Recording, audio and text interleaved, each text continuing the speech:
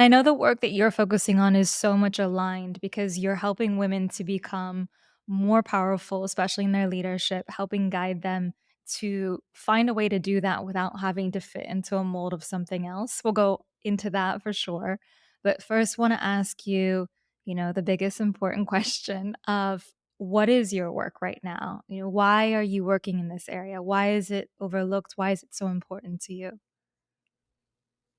I mean, how much time do we have? I know we're on a time limit here. So I'll say the official line is I'm a coach. I work with aspiring executives, especially women, to help them become that powerful, impactful leader without sacrificing their integrity.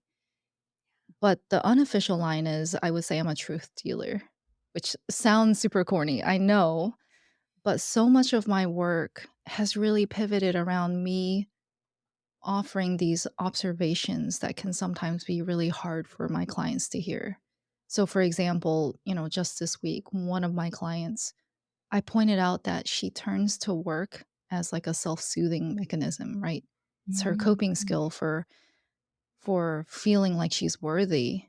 But in so doing, she never works on her own stuff. She's so busy working for other people, answering that email. And you know how it goes. You can have hundreds of emails in a day or a week. Where do you ever draw the line?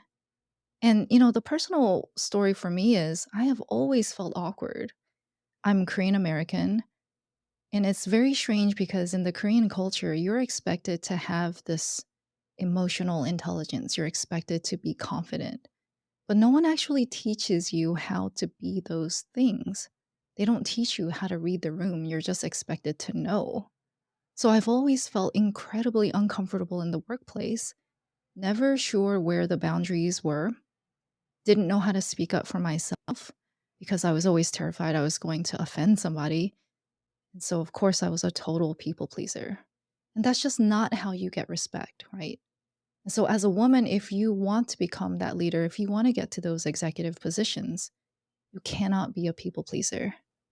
That doesn't inspire confidence in the leaders above you to grant you those opportunities when they see that you don't know how to be assertive. Okay. That's just not how a leader shows up. And with most women executives or aspiring executives, I find that they believe being assertive means they'll be seen as bossy or aggressive. You know, raise your hand if you have had that said about you. I know I have. They think they have to do it all by themselves, never ask for help. They feel like they have to work harder and prove their right to be there. They have to sacrifice their personal life or their well being for the job because who knows when they might get that opportunity again. So it's this combination of people pleasing and like a total scarcity mindset. And I've experienced all of that. So when you're working with these women, it's you've recognized the need for this kind of guidance because you experienced it yourself in the workplace and you recognize it as a block that's stopping women from advancing to those levels, and it's an emotional block, right? It's not something that we talk about. Everyone talks about the salary gap, etc., but no one really talks about what are the psychological and emotional aspects of that are stopping us.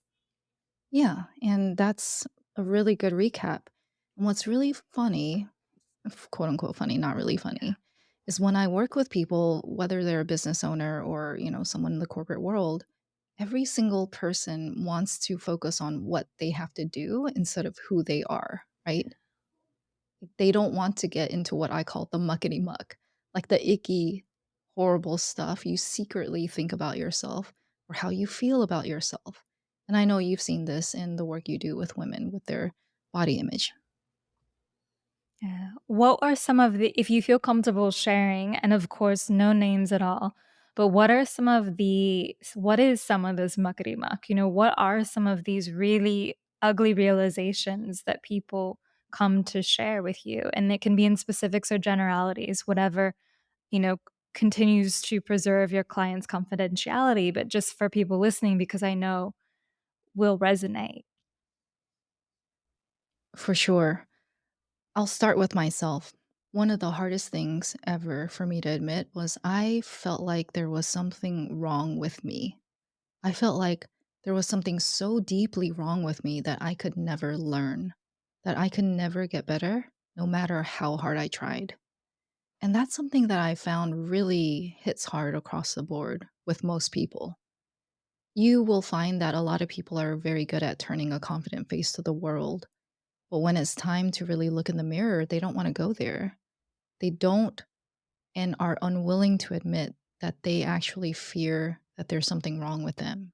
And yet, if you look at their actions, all of their actions are essentially screaming that story, the thing that they refuse to acknowledge. But it's very apparent, right, in the choices they make.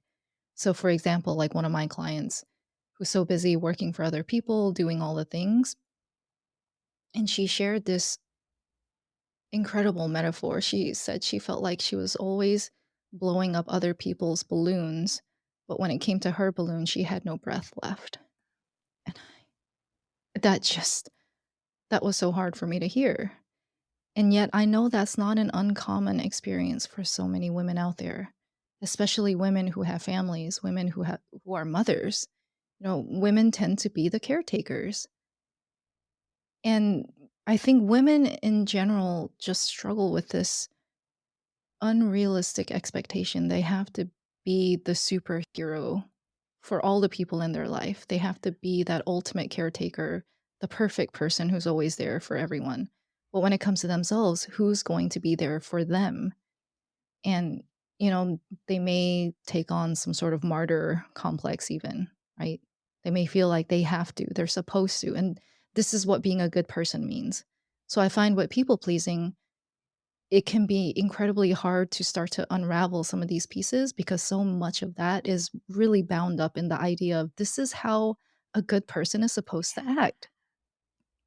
Yeah, that is right there. One of the most important things I already know in this conversation is this idea that we think the people pleasing behaviors we do make us a good person. And to not do them is the direct opposite. It makes you a bad person or a person that no one wants to be around, no one wants to give love or attachment or anything to. How do you I guess this is kind of the natural segue into the next question about people pleasing, which is what are some of these behaviors that are people pleasing behaviors that might seem like it's you being a good person, but can actually be quite toxic to you and even to people around you? What are some examples? Okay, I'll do the really most common examples first. The never saying no, because there are so many people who think that if I'm a good person, I should always be there for other people, no matter what. And to the extreme level, they're the ones who are going to drop everything they're doing to answer that call, to go pick up the person from, some emergency. And they inadvertently put themselves into this sort of savior mode for everybody around them. So what are they doing then? They are teaching and enabling all the people in their lives to rely on them instead of relying on themselves, like pulling up their own resourcefulness and figuring it out for themselves. They're not doing that. And so that's what I find to be one of the most unhealthy extreme levels of people pleasing is the never saying no. And when I start to work with clients, we explore the idea of saying no, even if it's something that they know is for their own health, it is still incredibly hard. So, for example, one of my clients, she was at a restaurant. It was supposed to be no smoking. And yet, the man sitting at the table next to her and her daughter was smoking. And obviously, not a question, right? Secondhand smoke, not safe. And yet, she was still terrified to ask the man to, would you please stop smoking? So that's the other flip side is to ask for your need, even when it's your safety involved. A people pleaser will find that incredibly hard, even though it's a no brainer to other people, right? And and that's just how it goes. This is what I think a lot of people don't understand about people pleasers is it's not actually a choice, not like how someone else might see it, right? So somebody like my husband, for instance, he's not a people pleaser. He'll look at something I'm doing or he'll look at, like, a situation that I'm complaining about, and he will say, "That's just dumb. Like, stop doing that," or "Tell that person no." And I look at him and I realize it's because his need for safety hasn't been triggered like mine has been. He's never had to rely on the safety of his parents, right? Like he grew up in a relatively healthy environment with his parents, whereas I grew up with parents who were always yelling and screaming and criticizing me. It was even uh, somewhat physically abusive, definitely emotionally and verbally abusive. And so, as a people pleaser, you learn to really like tune in tightly to the people around you. What are their moods? What are their facial expressions? The tone of their voice. And you're at this heightened level of alertness, is how I describe it. Because you are so watching closely to make sure that your own safety is not threatened. Do you to explore a little bit more, I mean, thank you for sharing that, first of all. I know that you share quite a bit about your own journey and how it has impacted the way that you see things, how it's impacted the way that you work with others. What is this sense of safety? How does it relate to people pleasing? If you were to explain it directly, what is it? Are we creating a sense of safety? Are we trying to make a situation just seem less harmful, less polemic? Like what is the it's not really thinking, right? Because it's subconscious, but what is the connection there? Yeah, that's a great question. So, first, I would say, I want you to imagine a plant, okay? Doesn't really matter what kind of plant. And as we know, all plants need some air, sunlight, water, some combination of nutrients to thrive, right? Now, what happens if the plant is put in a place where it doesn't actually get sunlight and it really needs that sunlight? A plant will grow sideways if it has to get to the sun. And we have seen these. You've probably seen this, maybe didn't even recognize it. I mean, for goodness sake, I've even seen a tree grow through a fence. So it engulfed the fence to get to water. Okay, so obviously not healthy for having a fence embedded inside of the tree trunk, right? But that's the kind of thing I'm talking about. That growing sideways, that's the people pleasing. Now, the question is, what is it trying to get to? We all have needs for love, connection, belonging, safety, respect. It depends on what it is. For each person, it might be different. But for people pleasers, safety is usually top of the list. It will be in the top two or three needs that have not been adequately addressed when they were younger.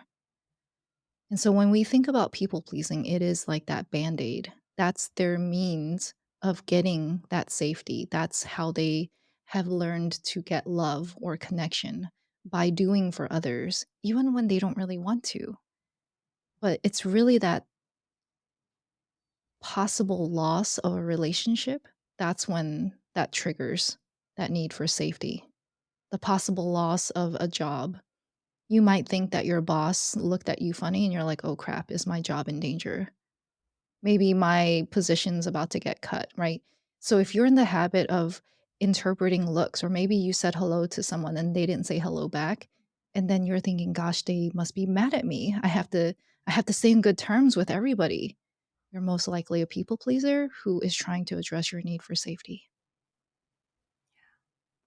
This is so powerful when you say it because I'll admit to you, before I started watching your content, I never thought of myself as a people pleaser. I didn't really care if people didn't like me and I knew that they didn't. It didn't bother me. If I had negative reviews, it didn't bother me.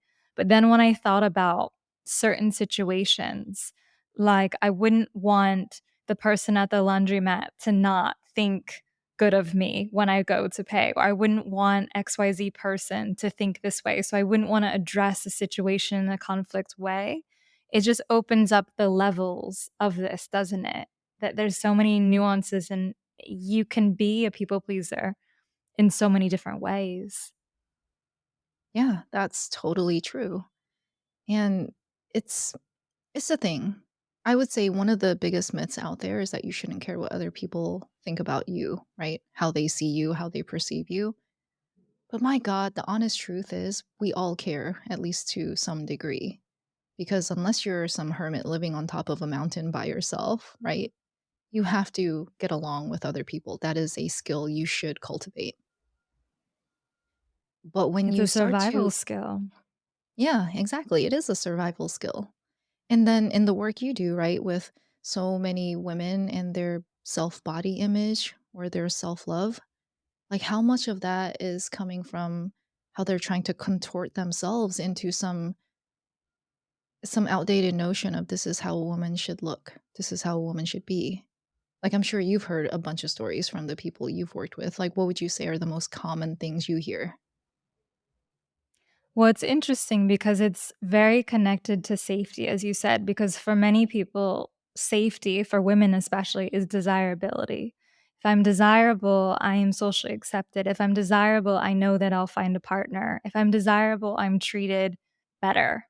And how do I get desirable is always been a physical thing, right? It's like acting a certain way by going to the gym, etcetera, whatever it is. But yeah, I see that connection and no one would say that directly, that the reason I do this is because of the reason I diet is because I'm searching for safety. That's what it is. Yeah. And going off of what you said with that desirability, I kid you not, I think when I was 8 or 9, I had a terrible accident. It's going to sound crazy. Roller skates and a lawnmower. Okay. I ended up with a huge scar on my knee. And you know what my mom told me? She said, "Oh my God, your chances of marrying a decent man have been ruined because of this physical deformity in her eyes."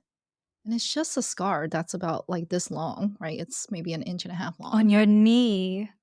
Yeah. And same thing. I think I was maybe 2 or 3. I was very active as, most children are. I accidentally ran into a doorknob with my face, and I have this scar right under my eye. My mother lost her freaking mind because she again, even before the knee thing, she thought, "Oh my god, she's deformed. No one will ever marry her because now her looks have been ruined." Yeah. It's the sense of safety that we supposedly get from being desirable and then locking down a partner. But it's just, I wonder actually when you speak about growing up and your experiences, how do you think, and I'm not naming you this, it's more for you to decide, but how do you think is this connection between being an empath and people pleasing? Because I feel like there's definitely some overlap there. And what is a healthy empath versus one veering more towards people pleasing? Well, I think with that whole connection between empath or empathy and people pleasing is it is that fine-tuned attention towards other people's moods. What are they feeling? What are they doing? And, some degree of that, I would say, is required for just basic emotional intelligence, right? And so, if you don't really know what emotional intelligence is, it's your ability to recognize what you're feeling, what other people are feeling, respond appropriately to either, right? That's the basic definition of emotional intelligence. Can you act in appropriate ways for how you're feeling or other people? So, in that regard, you should have some level of attunement with other people and their feelings. But when we're talking about people pleasing and the empath, especially the empath who has grown up in an abusive environment like I did, you're probably tuning in so far, like so beyond the norm that you're exhausted. And so, a really key sign of this is when you hang out with certain people who don't feel comfortable, you come home, you are absolutely drained and exhausted. And it's because you are on that high alert stage of trying to pay attention to every single little thing, every little change in their tone of voice, how they're looking at you, how they're looking at other people. You're also gauging where you rank, where you stand in that person's eyes versus maybe other people around as well.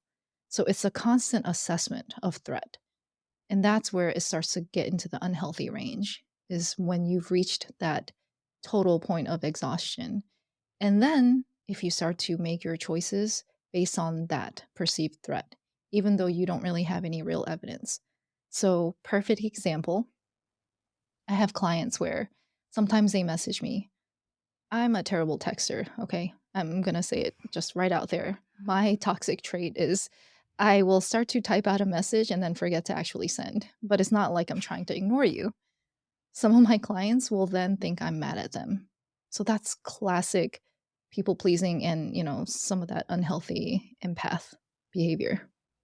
Yeah. I think that's something too that most people listening can reflect on and think about is when you see those dots and someone's typing and they don't send, what's your reaction, right? Do you freak out? Yeah. And I know it gets hard if you see the little three dots appearing, disappearing, and then coming back, and you see that happening over and over, and people start to make up stories, right? So then you have to ask yourself, well, what is the story that I'm making up? And why am I not just asking the person what's happening? So most people, they can't deal with this discomfort, Like it's so uncomfortable. They don't want to start a fight, and that's the other key trait of a people pleaser is they're extrapolating so far in advance. And for something tiny like this text message that hasn't come through yet, they're like, "Oh my god, that person must be mad at me, and then this is gonna happen, and then this is gonna happen." And it's like this total line of disaster thinking, and they've, like, mapped out, like, the next, like, 5 months already. And so then and so then they're actually reacting to this feature that hasn't even happened, or to all the stuff in the past and all the resentment they're carrying. So that's one of the things I like to say is most people are never reacting to what's actually in front of them in the moment. They're either reacting to what's in the past or what hasn't yet happened in the future. This is an incredible thing to say because you're right. Yeah, it's almost like we're watching a movie we're watching an old movie or we're trying to get previews of the future, but we're not actually living in the present situation, what's being filmed. It's like it's influencing how we respond now, even though it's not even present. It's so weird when you think about it that way. Yeah, I'm really guilty of this too, though. I'm the person who I actually have my red check marks on, and I will read someone's message, and then I won't respond for, like, 3 days, and it drives some people mad. But I do it because I want time to answer thoughtfully, and I wanna process it, and so it's a way to respect them and me. It's a boundary. Actually, we should probably dive into this now, is part of healing from people pleasing or managing it is boundaries. What do you speak to clients about related to this? How can they start to decide what will their boundaries be, because everyone is different, and which ones to start with? What are the most important ones for them? Ooh, I think this is a little bit hard to answer. And okay, so first, let me define boundaries just to make sure everyone is on the same page. So, at the most basic level, boundaries are what is and isn't okay for someone else to do to you or even do around you. Okay. I find that most people struggle with boundaries because they don't actually even understand that core principle. So they're trying to go at boundaries like building a house, like building all the fancy roof and the turrets and stuff, but they don't even have their foundation in place. So you first have to actually understand what is okay and what isn't okay with you. If you don't know that, if you don't know what you need from other people in order to get along with them, it's going to be really hard for you to set boundaries because then you're most likely setting boundaries from what you're just seeing online or what you see in some class somewhere or maybe what your friends are telling you or what your parents are telling you. And it's a place to start, sure. But you're the only one who can know what is okay with you or what isn't. And the metaphor or the comparison I like to use with my clients is if you're struggling with this idea, think of it like food. A lot of people like pizza, but you may not like pizza. Does that mean there's anything wrong with you? No, of course not. But inevitably, you will find people who will try to say you should like pizza. And that's one of the hardest things with boundaries is you may have a boundary on something and someone else will come along and say that shouldn't be a boundary. Like you're just being extra, you're being ridiculous, you're too particular, you're too high maintenance. You're just hard to get along with. And so no other person out there gets to tell you what boundaries you're allowed to have. So that's one of the biggest things that people just fail to understand. So they let their boundaries be dictated by the people around them, which that's not how boundaries work. So a key clue for whether you should have a boundary in place is if you find yourself constantly angry or resentful at people, that means they are violating a boundary that you have not yet understood about yourself and you have not expressed that. Now, the other thing is, I know on a rational level, I think probably all of us have heard this from childhood. Not everybody will like you, and you have to deal with that. There is a difference between understanding that on the logical brain level versus the emotional heart level. It Yeah. really sucks to know that people don't like you. Okay, so the fear of conflict really ties into that fear of not being liked, which then ties into that need I spoke earlier of love, connection, belonging. Like those three are incredibly important for us. So you have to accept the fact that not everyone is going to agree with you, not everyone is going to like you, and that's okay. People pleasers will continue to hang on to relationships for fear of being alone. And what you are doing, if you're doing that, is hanging on to relationships and not making space for the people who are out there who are dying to be your friends. The people who would love to be your friends, who would see who you are and would be first in line to be your biggest fans or supporters. We all deserve people like that in our lives. But when we hang on to these relationships as people pleasers, we have no energy left for anybody else. And that's just one of the biggest truths. Now, the other part too is when you're a people pleaser and you start to set boundaries, a lot of the people in your life, as it is now, will not like that.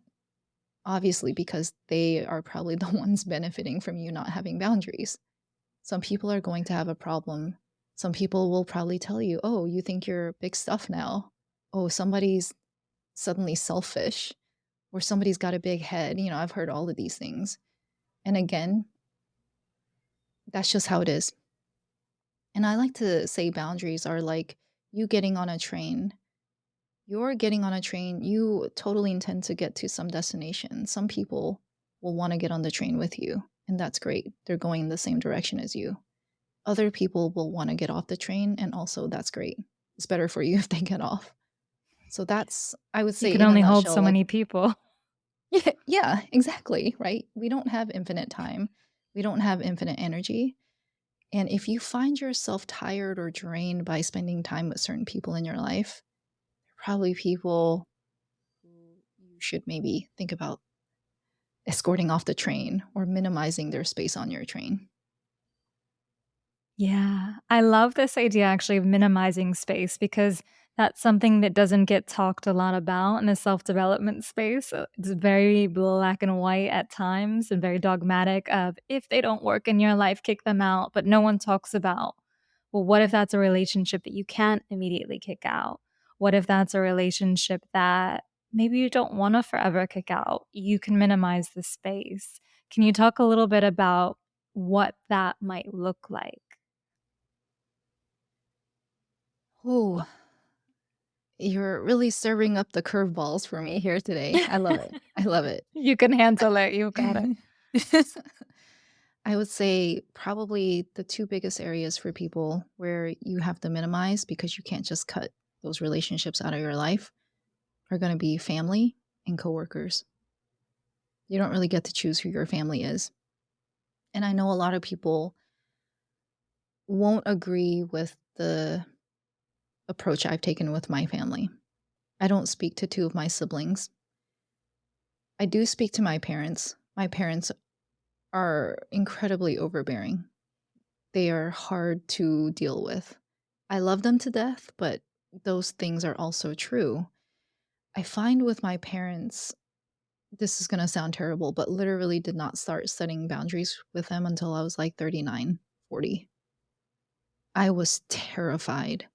And it's because as a child, and especially in the Asian culture, the concept of boundaries with your family is not really a thing.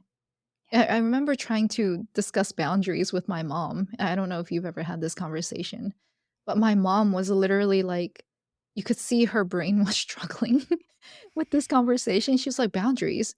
But you're my daughter." Like, literally, that was her response. But yeah, I think it's a good point that with family, they won't always understand, even if you recognize your boundaries and you tell them.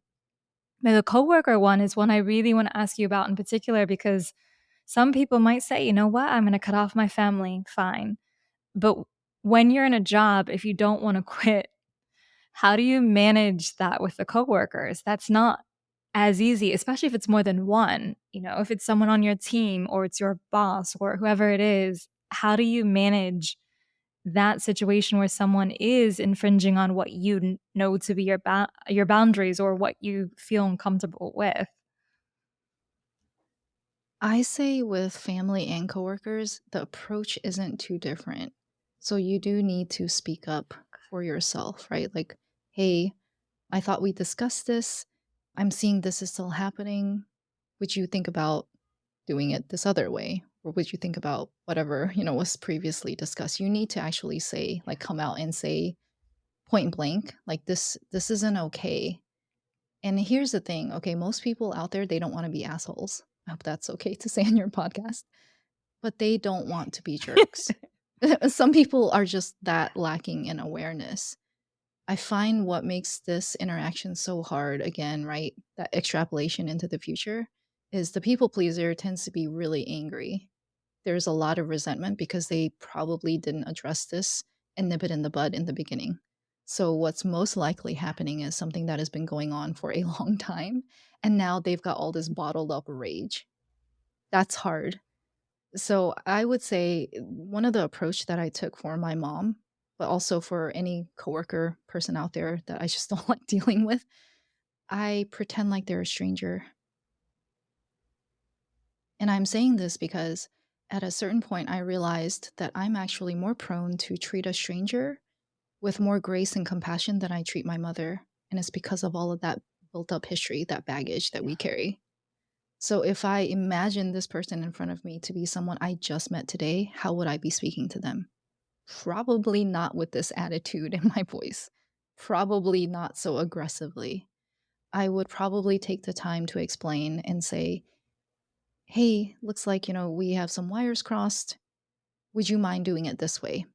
Now, let's fast forward, say a couple of weeks, months, years, whatever, and you find that person is ignoring your wishes. You know you have spoken up many times. The the thing that really makes a boundary is you have to be prepared to enforce it. Okay, so boundaries, one, you have to verbally or communicate, like express yourself what it is you want different. Number two, you have to set some sort of timeline. You have to make the consequence very clear. So, again, communication.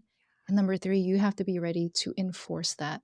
So, if the person consistently, persistently ignores what you're asking for, then you have to be prepared to do something about it. And this is not punishment, okay? This is not punishment. This is not retaliation. This is you coming to the table saying, if this continues to happen, then I'm probably not going to be around. No, I enjoy this relationship with you, but for this part, I'm not going to be around. And you would say the same for a coworker, is that maybe if you're on a team and you have work, there's certain work you have to do, but then those are the parameters that you're gonna put on it if they're not willing to respect your boundaries. You're not going to put yourself interacting with them outside of those parameters. Yeah. And I get it, okay? I have a much more direct personality than most people. I have a higher level of tolerance for discomfort, for risk. So again, when we think about our safety, it's not just physical safety, it's emotional, psychological, mental safety, your well being. So anytime you feel threatened, you have to really look at that and ask yourself why. But for myself, like let's say it's a coworker, I'm actually kind of dealing with this right now. I have set a certain process in place many times. And today I go and find like the PowerPoint slides haven't been like they've just been effed up, okay? As a result, it has undone my work from the previous week. So now I'm pissed. Right? I'm pissed. So I send an email and I'm like, "Hey, let's make sure we do with this way," as I've mentioned before. And it can get a little tricky. You don't want to come off passive aggressive. So be careful with the like I've said before phrase, but you do want to point out like this conversation has been had. You don't want to come off like a school teacher, but again, it is more important that you express yourself than trying to express yourself perfectly. So, in a coworker situation, you may not have the luxury of saying, "Hey, I'm not going to be around for this project." That may instead look like, if this continues, we may have to sit down with the group as a whole, including the manager, and have a conversation as to what we can do to work better for this project, right?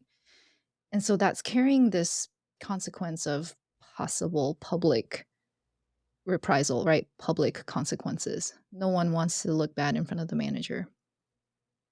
And again, it's Yeah. not a threat, it's not retaliation, but you have to be ready to say, "Hey, I need to take steps for myself. This is not about you, but this is what I need to be okay at work." Yeah. I love that you've mentioned not only how to respond when that behavior that is making you uncomfortable is happening, but also if it happens again and again, how do you follow up with that? Because it is a continual thing. The likelihood that you set a boundary with anyone and they follow it the first time, not super high. Like it is a learning process, right? Oh my gosh, for sure. And when you start coming out of people pleasing mode, like I kind of liken it to driving, okay? So people pleasers are the people I'm saying are driving in the shoulder this whole time. They're not even driving on the Mm. street, okay? They're driving along the shoulder. And then as they start coming out of people pleasing, they're basically veering all over the road. And so that pent up anger and that rage has them actually driving in the wrong lane, like into oncoming traffic. That's when a lot of aggression comes out, a lot of anger, a lot of just sort of hair trigger, like people are just waiting for someone to fuck up, to violate the boundary so they can then yell at them. That's the driving on the wrong side of the road. And now, as you come into peace and acceptance for who you are and you start to own your responsibility, you're then starting to come over into the right lane and driving in the right direction. And so it's totally natural, okay? If you find yourself blowing up at people, that's a natural part of the process. You may not always say things, you may not always express yourself with perfect grace. It was literally last year, I had my parents try to tell me how to wear my hair for literally the doesn't time on that visit. I'm over 40 and they're still trying to tell me how to wear my hair. And I snapped. I was just like, you don't have to express every thought in your head. You don't have to tell me every single thought that comes through your mind." My parents were shocked. But, sometimes you have to say what you got to say. Yeah. That's so true. It did for a second, Joel, it, like, went in and out. I don't know if you see that on your end, but it like, the video stopped for a second. It should be okay on the thing, but just so you're aware of it. I wanna make sure I ask you this one final question before we wrap up, and I ask everyone where to connect with you and about your affirmation deck, which is probably another curveball, but what do you wish more people being clients, family, people on socials that follow you, what do you wish they asked you about more when it comes to people pleasing that they don't?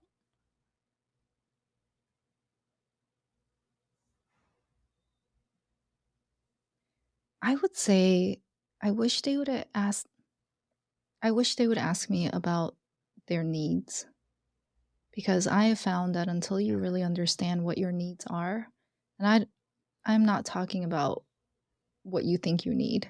Okay, so for example, some people out there think they need luxury, and it's not really luxury. What they're actually looking for is safety or security as well, because maybe they grew up poor.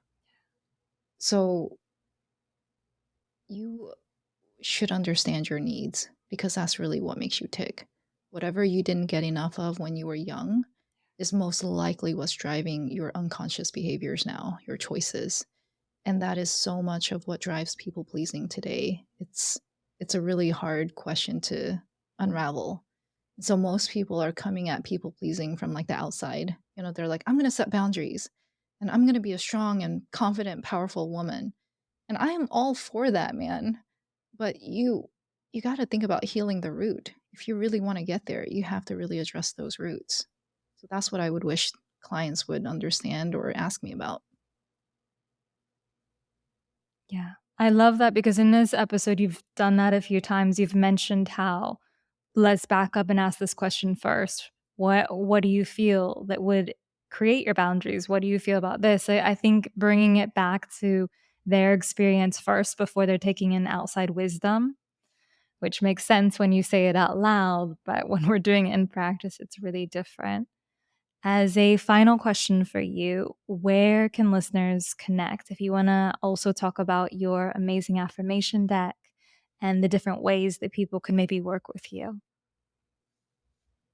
Oh, well, thank you so much, Chardé. You can find me on Instagram, TikTok, LinkedIn, Jule Kim. You can find me. You might run into the same problem I run into sometimes where autocorrect tries to keep changing the name to Julie Kim. It is not Julie Kim, okay? It's JuleKim. Yeah, find me on any of the socials or on my website, seattlelifecoach.org.